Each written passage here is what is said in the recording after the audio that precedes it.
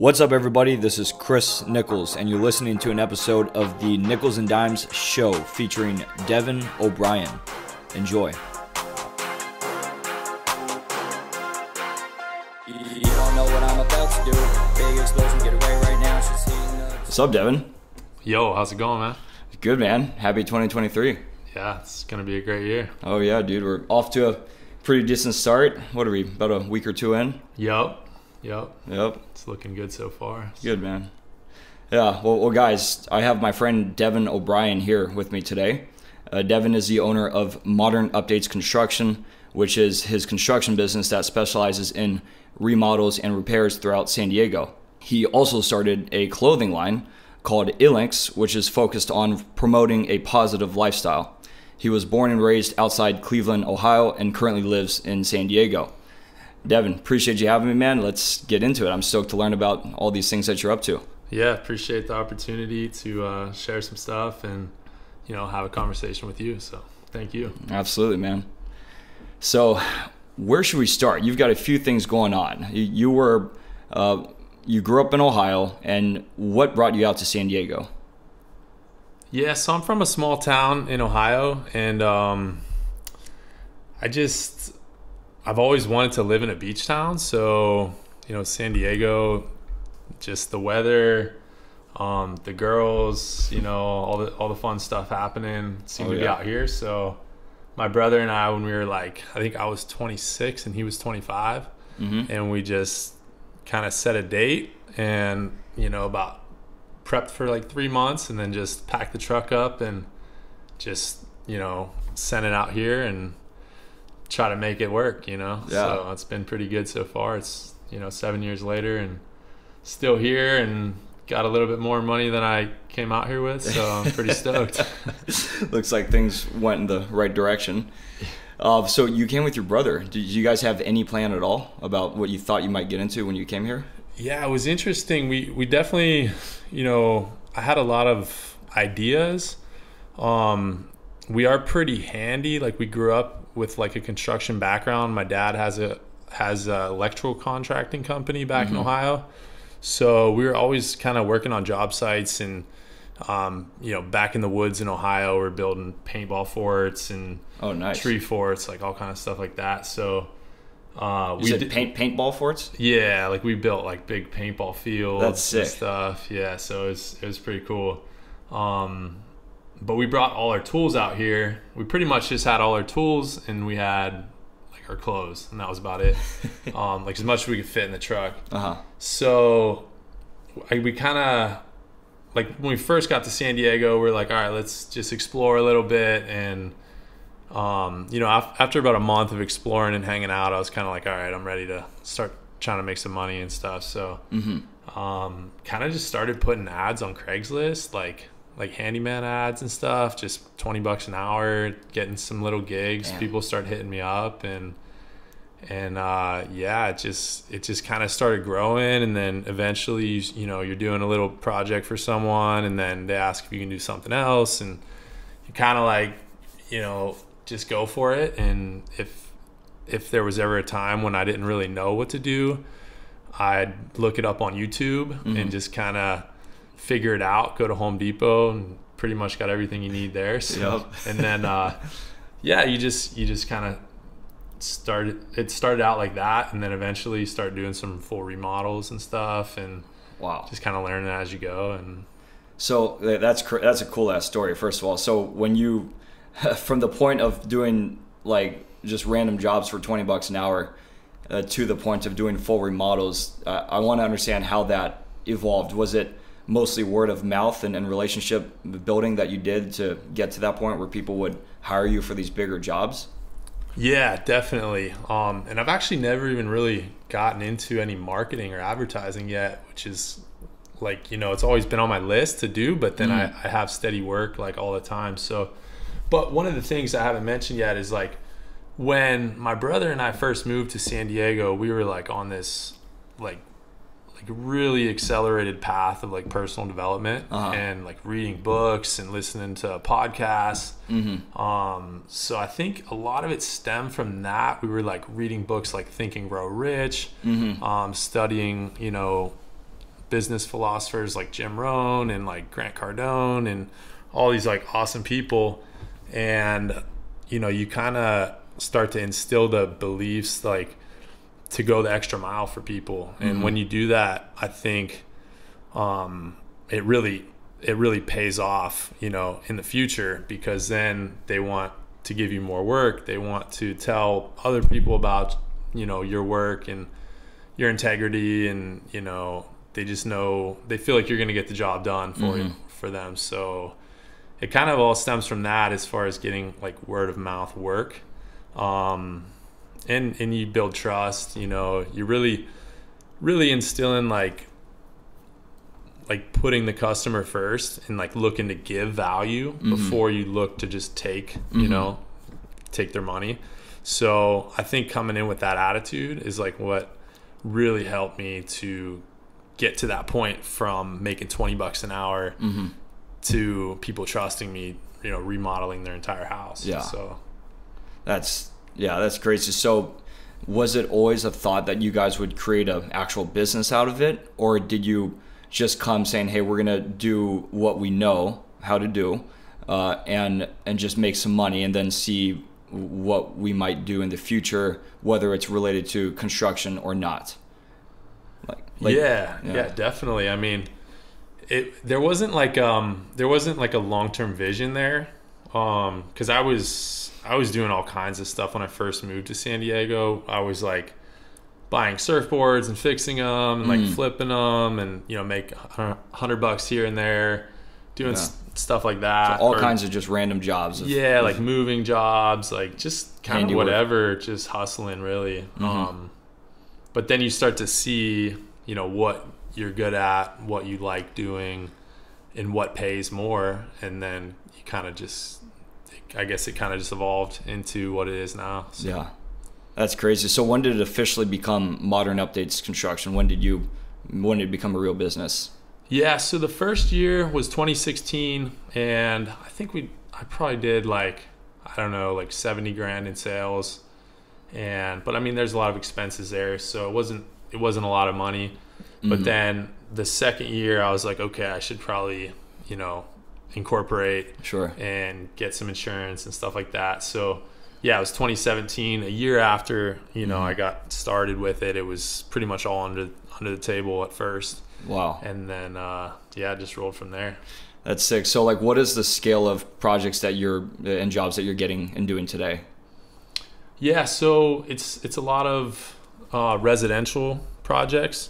We're doing a lot of kitchens, a lot of bathrooms, ADU, kind of like duplex conversions,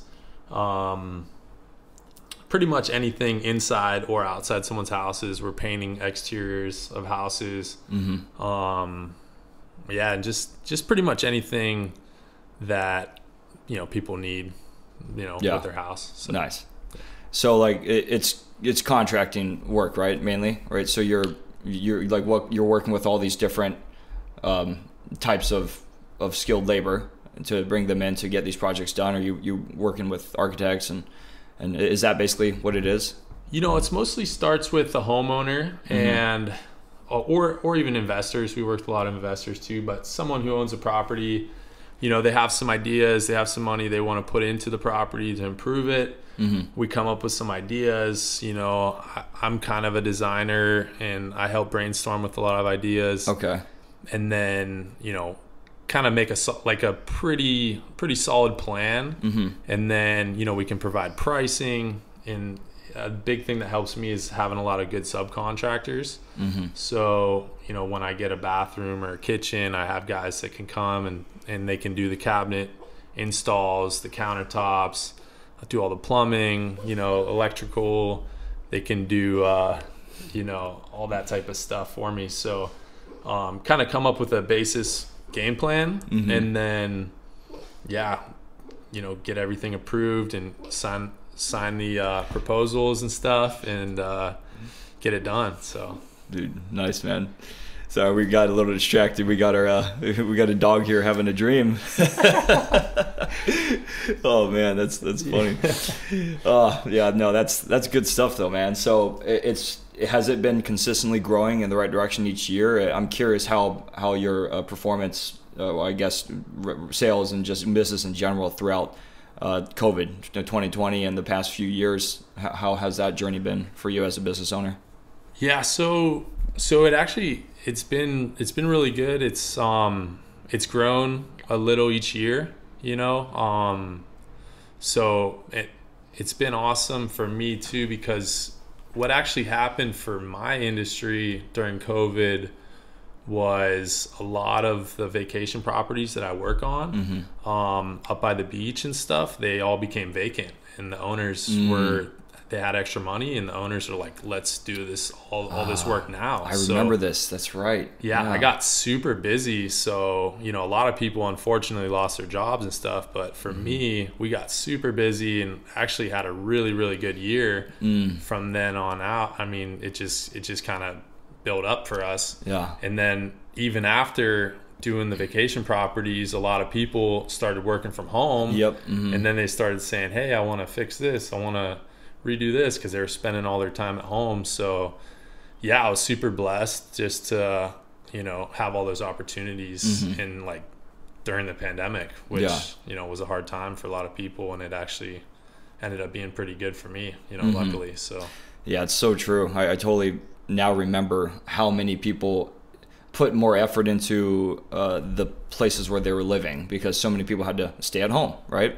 Unfortunately, you know, some people just weren't in as good situations as others who could just keep working from home. But nonetheless, there was a lot of home focus, remodeling, rebuilding, and so forth. I do remember this. That is pretty cool. Yeah.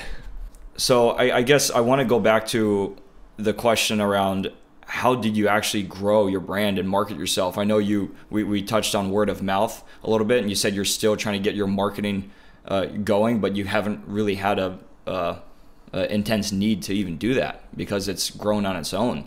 How has it grown to where it is today on its own without marketing? Yeah, so I was super blessed to have met some really helpful people early on when I first moved to San Diego and got started in this construction business. They're people that like kind of become family in a lot of ways. And they have consistent work, and they know a lot of people, and you know, they're really good people too. So people, when they say, oh, you should try Devin, or, you know, call Devin, he can do that job for you, whatever, you know, I think that they have a lot of credibility when it comes to that. So then I'm automatically kind of trusted, and a lot of times I just kind of automatically get the jobs. So I'm super lucky and blessed to have those relationships. And yeah, like I said, it starts to compound as well, because if you do a little project, if you fix a light, you know, change a light bulb for someone, and you're like, yeah, you know, it took me 5 minutes, like, I'm not even going to charge you, you know, like a lot of these people, they remember that. And anytime they need something bigger, they're going to call you back, and, you know, you just give people a good, fair price and good quality service. And, you know, after 7 years, that Rolodex gets pretty big. Yeah. And, you know, it just, your name's kind of out there, and you continue to perform and continue to show up on time. I think that's, you know, the construction industry is like, a lot of people don't show up, you know, like a lot of people, you know, don't follow through, and, you know, so I think doing those things really sets you apart and just puts you ahead of the pack. Yeah, that's impressive, man. How you've built this, gosh, dude. So I get like, I'm curious, what are some of the bigger challenges you tend to run into these days with some of these projects you get? Like, what's an example of a big challenge?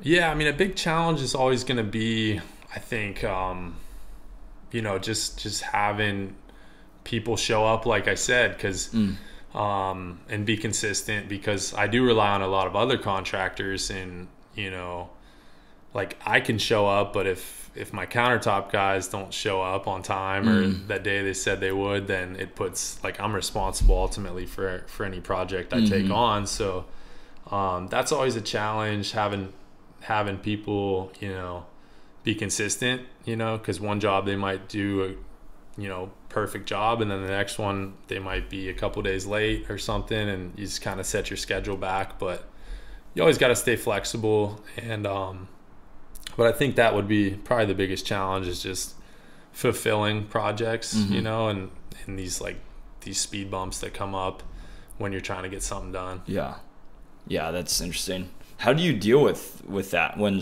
one of your people doesn't show up or follow through? What is your method of handling that? Yeah, so I mean, you just kind of want to remain calm, I think, would be the biggest thing, and not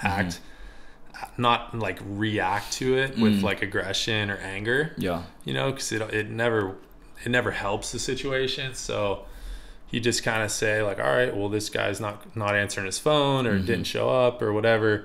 Let's see if we can set it up for tomorrow, and if not, I better start calling some other people and putting out some feelers and seeing if I can get someone else in here to do the project, or maybe I'll go with a helper and we'll do it ourselves. Yeah. That happens sometimes, because I have a lot of the skills, I know how to do all this stuff, but when you only have two hands, it's hard to do a lot of stuff. So yeah, I mean, I think the main thing would just be just to remain calm and be proactive, and keep a positive mindset about it. It's going to get done eventually.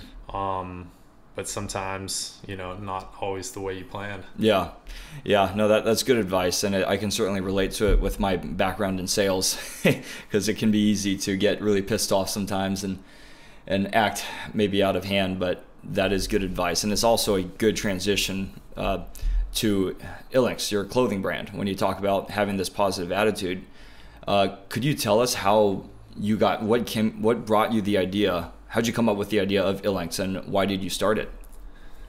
Yeah, so to me, Illinx it's just it's a hobby company at this point, and I'm trying to grow, but it's just kind of a testament to the way I want to live my life.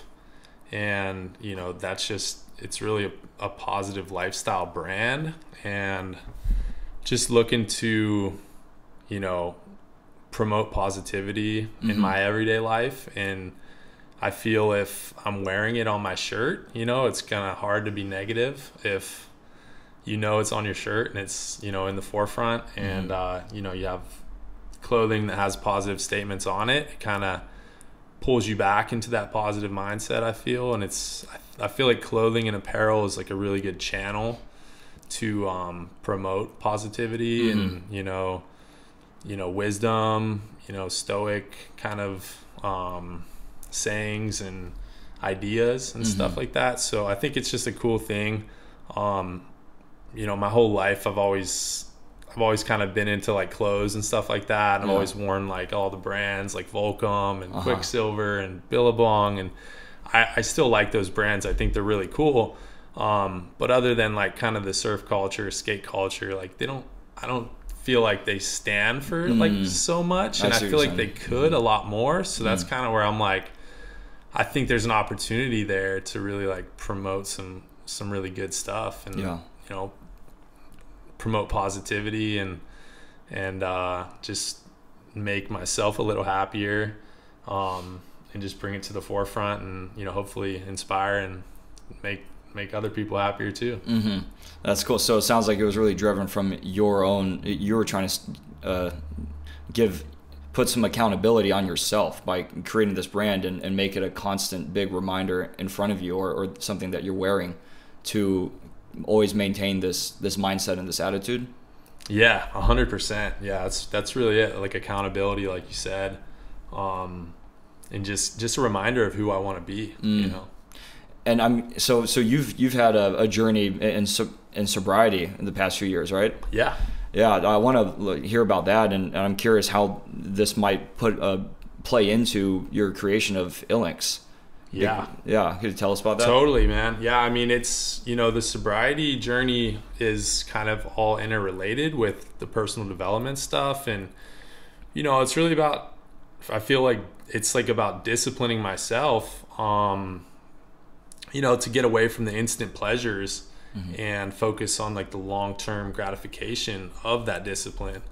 So, yeah, I mean, being sober to me is just, it's been a very powerful thing, I feel, because if you can say no to some of the hardest things, you know, like alcohol or drugs or, you know, whatever else, it's like I think everything else gets a lot easier, you know, in your life. Like if I say no to drinking alcohol on a Friday night, then it's going to be a lot easier to say yes to going to the gym on Saturday morning. Right. You know, so. that's facts. Wait, so how long have you been sober? And I'm really interested in how that changed your life from, because you started Modern Updates construction in 2017, right? Yeah. And then what year did you start being sober? So my brother and I had the intention to quit drinking when we first moved out to San Diego. You know, we just like, you know, being from Ohio, it's like kind of like, I grew up in kind of like farm country, but a lot of people are just, there's not much to do around there. So it's like a lot of people are really drinking a lot. Like in high school and stuff, we were drinking a lot, and you kind of start to see how people's lives turn out, like the older you get. You know, when you're in high school, everyone seems so cool doing it, but then you get into college and some of the guys, you know, that are older than you, they're turning 30 and stuff, and you kind of start seeing how their lives turn out, and you're like, damn, I don't really want that for my life. So you just kind of it's a wake-up call. Yeah, it's like being observant of like the people around you, and like they're, you know, kind of trying to learn lessons like from other people's mistakes and stuff. And I've made a lot of mistakes with alcohol and stuff like that. So and I've definitely had my fair share, but when we first moved out, we were just like, yeah, we should, you know, try to stop. But then it was hard because we didn't really know anyone, and we're going out to bars and we're meeting girls and stuff, and having, you know, having fun and stuff. But really, it just, like, I think I took a year off. Like, we kind of slowed down a lot and just had that intention.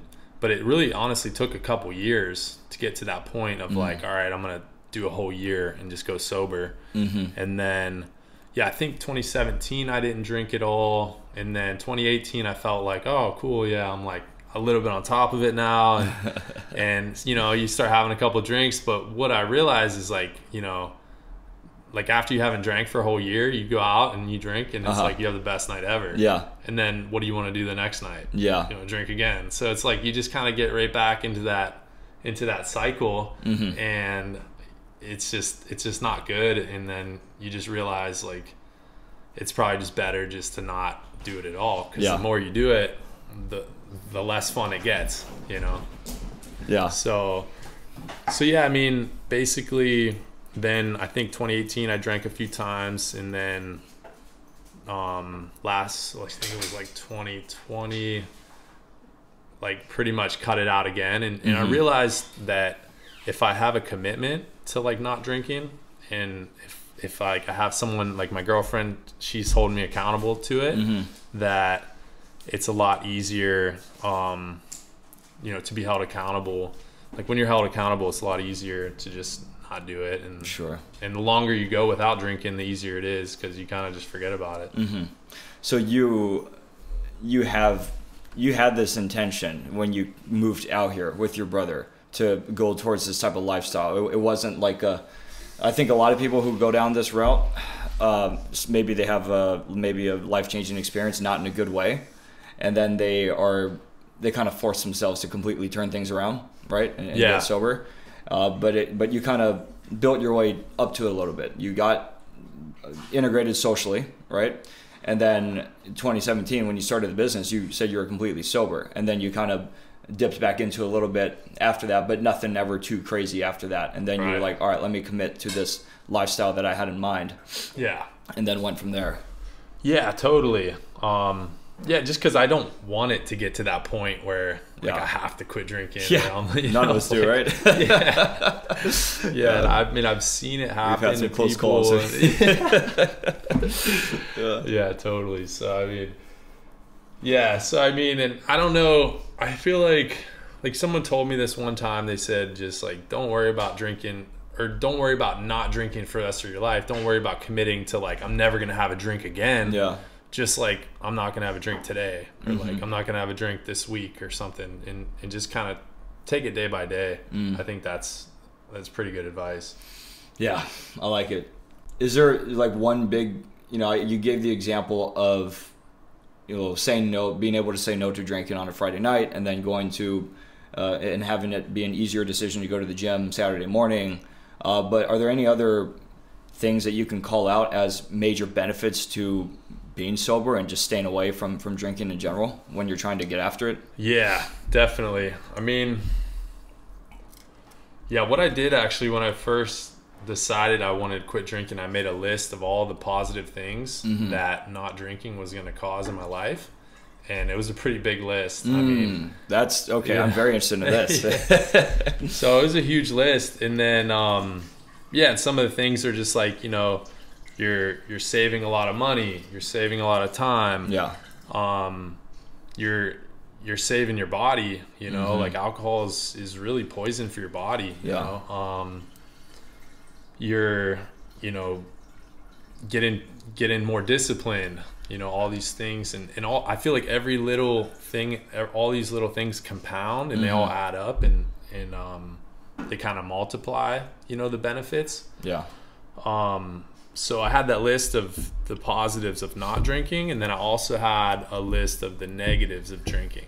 So like these two huge lists that I made, pros and cons. And it was side. It was kind of like pros of not drinking and the cons of drinking. Yeah, exactly. Yeah, so the reinforced reason to not do it. Yeah, so once you have all these reasons why it's bad, it kind of becomes a no-brainer. Yeah. And then it makes that decision to not drink a lot. Like you just don't want to drink. Yeah. You're not like forcing yourself. It's not coming out of your willpower to like just like, oh, I'm just gonna not do it. And I'm gonna lock myself in my room. It's like it was never like that for me. You lose the joy in it. Yeah. Yeah. And like you almost feel guilty if you do drink. You're like, oh, I know I shouldn't be doing this. I already sold myself on how bad it is. And so, but I mean, I thought that was super valuable, and it's been helpful. Man, that's so cool. I mean, I can relate to that because I kind of went through an experience recently where I genuinely lost the joy after I ate shit, injured myself in the face, and it wasn't the first time, unfortunately, and drinking was involved in both times. And after a certain amount of these experiences, you're like, you know what? And in combination with looking at other areas of your life and wanting to move forward, it really has it sends a strong message to yourself. So, and I think the big thing that is cool is that just the joy you get from it is just a little bit less. I still enjoy myself and have fun, but it's usually for a good reason nowadays. So I appreciate you sharing that stuff and that journey you've had. Yeah. Man, so this is like a fun little question in relation to the businesses that you've started. But what is one entrepreneurial life hack that you believe in that might be different from the mainstream belief?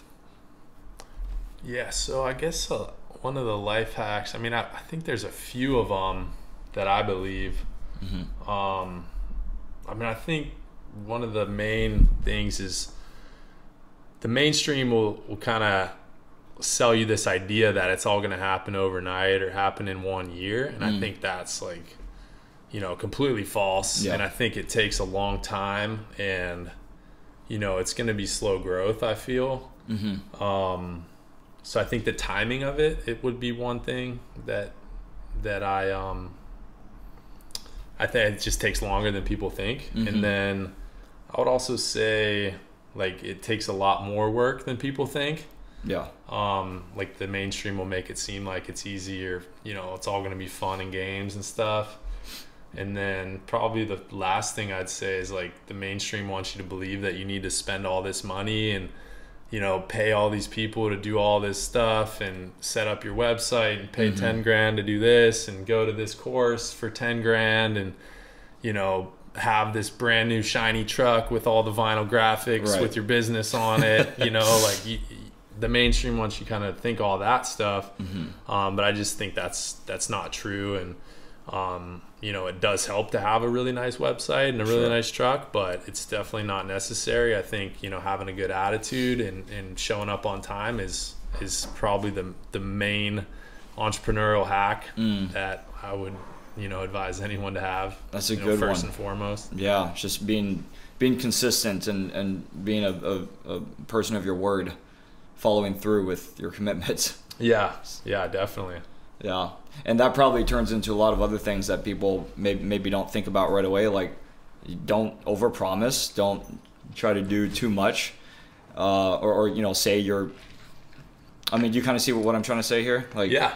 I mean, kind of know like what you're capable of and what you're not capable of, and kind of be honest with people.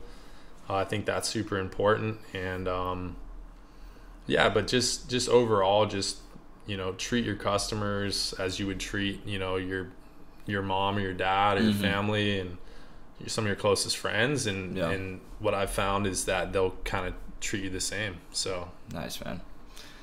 That's awesome, dude. So we just finished up 2022. It sounds like it was a hell of a year, according to most people I've talked to. Certainly was for me. A lot of people seem to have difficult. It was just a big up and down year, but largely a lot of difficulties for people. I'm curious, how would you describe your 2022 if you had to pick your biggest highlight from the year and then your biggest challenge? Yeah, so I had a lot of fun in 2022. It seems like, honestly, like life is getting better and better for me. You know, and I'm not perfect in any way, but I do continue to consume positive information and books and motivational podcasts, like, you know, like this one you're hosting right now. So listening to people and their experiences, you know, and understanding that, you know, my life is going to be a forever learning process, and just embracing that. I think it compounds into each year and makes each year a little bit better. So I mean, 2022 is amazing for me. I'm so grateful for it. And, you know, I just want to keep moving forward in 2023.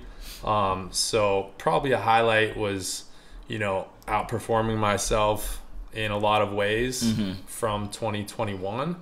That's you know, awesome. that's, you know, with my health and, you know, my physical, like, fitness and stuff, and, you know, all my disciplines, I feel, you know, are continuously like getting a little bit better. And then also my business, you know, gaining more momentum, getting more jobs, you know, working with better and better people, and just making more money, you know. So it's been really good. That's awesome. A lot of highlights this year for sure.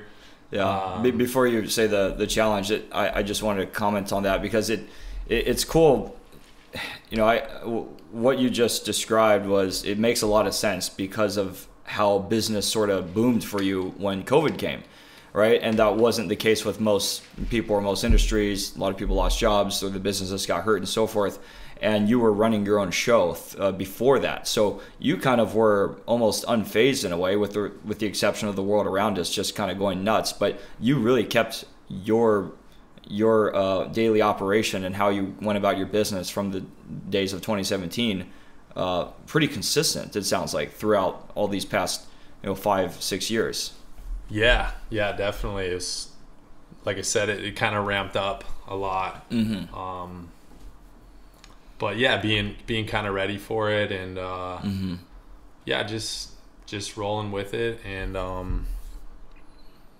keeping it going. Yeah, I mean, the reason why I call it out is because I do think that a lot of people, including me, are still going through this transition of coming back to normal life. Sure. And I think maybe a lot of us thought we would get this transition over with perhaps 2021, or no one really knew the timeline of all this stuff. But even 2022, obviously the world is kind of a mess right now. There's a lot of crazy shit going on, and a lot of folks are struggling with these macro effects, and they're trickling down. And I work in the tech industry, and of course, this industry tends to feel the recession effects pretty quickly. But yeah, it's just interesting to compare people in different situations throughout the past few years and how it applies, right? So yeah. But anyway, let's hear about the hard stuff from 2022. Yeah, some of the challenges. So I did spend a lot of time trying to grow my clothing brand, Illinx. And it's just very hard because you kind of don't. I don't have a lot of experience in that field, so you're kind of like a lot of stuff's trial and error, and a lot of it's experimental. So you're kind of spinning your wheels a lot. And then, anybody who's tried anything entrepreneurial too knows, like, you're your own boss, so you can really do whatever you want. And it's like, okay, so what do you do exactly? What's going to be the most effective thing? And I struggle with that in my construction company too, because every day, is kind of a free open schedule, and you have all these items, all this stuff going on. But, when do you do what? Like, the strategy of planning stuff is probably overall like my biggest challenge. Like what's forefront and center, what should be the most important thing, what should I do first thing in the morning, what should I do after lunch, what project should I run to and check on, or what time should I set this meeting for? So it's kind of just managing myself would be probably my biggest challenge. But then, like I said, like, starting anything new is always a challenge because there's so many different things that need done. So starting Illinx and putting a lot of time into that is a challenge because you don't get a lot of results right off the bat. And I know it's going to be a long process, but I want to just keep making progress and keep pushing forward with it. But yeah, I mean, as far as challenges, it's definitely just scheduling and planning and strategizing and really thinking about, what's the most important thing to do. And yeah. So when exactly did you launch Illinx again? Yeah, it was 2020 actually. Oh, okay. Yeah. So kind of launched it then. But like I said, I haven't put like too much time into it. And then last year I did put a decent amount of time into it. But it hasn't really become like I said, it's more of a hobby company, but I have a lot of big plans for it. Nice. Are you able to share any of those plans? I was just going to ask you that next. Yeah. I mean, I really want to take it kind of mainstream. So I'm going to be working with some designers and stuff, and nice. I have like tons of different quotes and stuff on my phone and ideas for t-shirts and apparel and stuff like that. So really just want to make it, something fun that I like doing and that, can make a little bit of money. So yeah. Have you started to work with the distribution strategy and certain stores that you'd like to see it in? Not so much yet. I kind of want to like build a little bit of a brand following, start working with some influencers and stuff like that. And then, and just stick with online first. And mostly online, I think, is going to be the ticket for it. And, kind of start doing some Instagram ads, Facebook ads. Nice. Maybe you can get into TikTok and all that stuff. So yeah, hopefully you'll see some of that stuff popping up soon. I love it, dude. I'm excited, man. I gotta get me some merch, I got dude. you. Okay. Yeah, dude. Okay, well, gosh, man, stoked to hear about this journey. One question I like to ask, because you get the idea of the type of profile of person I'm looking for. People like you, people who are hustling, they're building their own brand, they got their own business, they're entrepreneurs. This type of person is who I'm looking to get on this show. Do you have any person or any couple people in mind that you think I should interview? Yeah, a couple people come to mind. I have a good buddy. His name's Jake Spear, and he's been in the entrepreneurial game for a few years now. I'm not sure if you've ever met Jake. And then another buddy, his name's Aaron Horowitz. Yep. I think you know Aaron. Oh yeah. Yep. Okay, cool. Yeah, he's he's got a cool story because he just got into real estate, like I think like a year or two ago. And yeah, he's doing really well. And he's just such a cool guy, and he's got such a positive attitude, and super happy. And, you know, Jake as well, super cool guy. Awesome. Really good attitude. So I'd say those guys, they have a lot of information and good stuff that they're doing on a daily basis that you'd probably like to hear about. I love it, dude. And yeah, it's a testament to the community that we have in San Diego, right? There's a lot of solid people who are getting after it in many different areas of work that they're working on. So that's like one thing that I really appreciate about being down here. But thanks for those recs. Those are definitely good ones. Yeah, and I agree, man. A lot of people, that's a good thing about moving somewhere. It's a little more progressive than most places. I feel like a lot of people around here, like a lot of people aren't from San Diego that live around here. Yeah. So the people that are here are kind of people that are, you know, a little more ambitious, I'd say, and just more forward thinking, and I love being here. So I'd recommend for anyone out there to get to a big city or get to a cool place and start meeting some people. Absolutely, man. Dude, that's good advice. Hell yeah, man. So Devin, where can people find you online? Where can they find your information about your businesses? Yeah, so I mostly use Instagram, and my handle is at Devin X O'Brien, and I also have Illinx on Instagram, and that handle's at Illinx. And yeah, hopefully get into some more channels, but for right now, that's kind of where I stick to. I try to stay off social media as much as possible, but I'm still on it daily. So sure. Well, you're doing it for the purpose of business and growing the brands, and sometimes, most of the time. I think we all struggle with this. Yeah, man. Well, dude, really cool conversation. Stoked to hear about your journey and what you're up to, and I can't wait to see the success you have this year, 2023, and going forward, man. Yeah, likewise, man. Congrats on the podcast, and really appreciate you having me on. It's one of my first podcasts, so I hope you guys enjoyed it, and look forward to hearing a lot of stuff, you know, that you create, man. So appreciate you. I appreciate it, man. All right, brother. Thank you. Thank you. Bye, everybody. Slow down, man. I just don't know how.